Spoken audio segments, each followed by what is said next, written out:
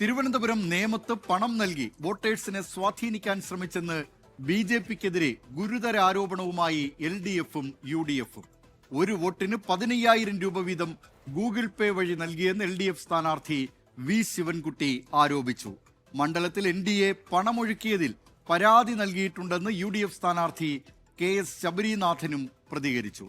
ആരോപണം ഉന്നയിക്കുന്നത് പൂട്ടും താക്കോലും കയ്യിലുണ്ടെന്ന് പറഞ്ഞ വ്യക്തിയെന്നാണ് V ശിവൻകുട്ടിയുടെ ആരോപണത്തിന് NDA സ്ഥാനാർത്ഥി രാജീവ് ചന്ദ്രശേഖറിന്റെ മറുപടി.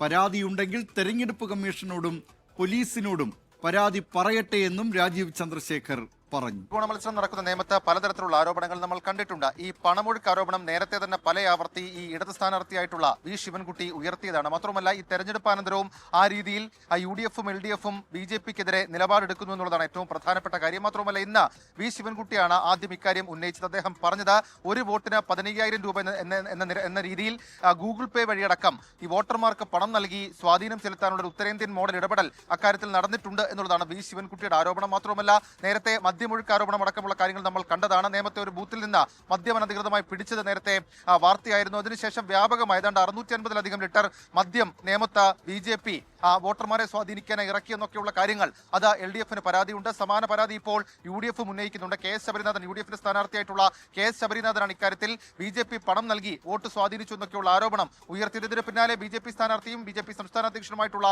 രാജീവ് ചന്ദ്രശേഖറുടെ പ്രതികരണം നമ്മൾ തേടിയിരുന്നു. അദ്ദേഹം അക്കാര്യത്തിൽ പറഞ്ഞത് പരാതി ഉണ്ടെങ്കിൽ പോകട്ടെ, ചില വില കുറഞ്ഞ ആരോപണങ്ങൾ അത് തെരഞ്ഞെടുപ്പിൽ തോൽക്കുമെന്നുള്ള ഭയത്തിൽ ഇവർ ഉന്നയിക്കുന്നു എന്നൊക്കെയുള്ള കാര്യങ്ങളാണ് ഇപ്പോൾ ഈ രാജീവ് ചന്ദ്രശേഖരന്റെ ഇക്കാര്യത്തിലെ പ്രതികരണം. ഏതായാലും 80%-ലധികം പോളിംഗ് നടന്ന് രേഖപ്പെടുത്തിയിട്ടുള്ള വളരെ നിർണായകമായിട്ടുള്ള ഒരു മണ്ഡലത്തിലാണ് ഈ രീതിയിൽ രാഷ്ട്രീയ ചർച്ച ഇപ്പോൾ പുരോഗമിക്കുന്നത്. ദിലീപ് കുമാർ.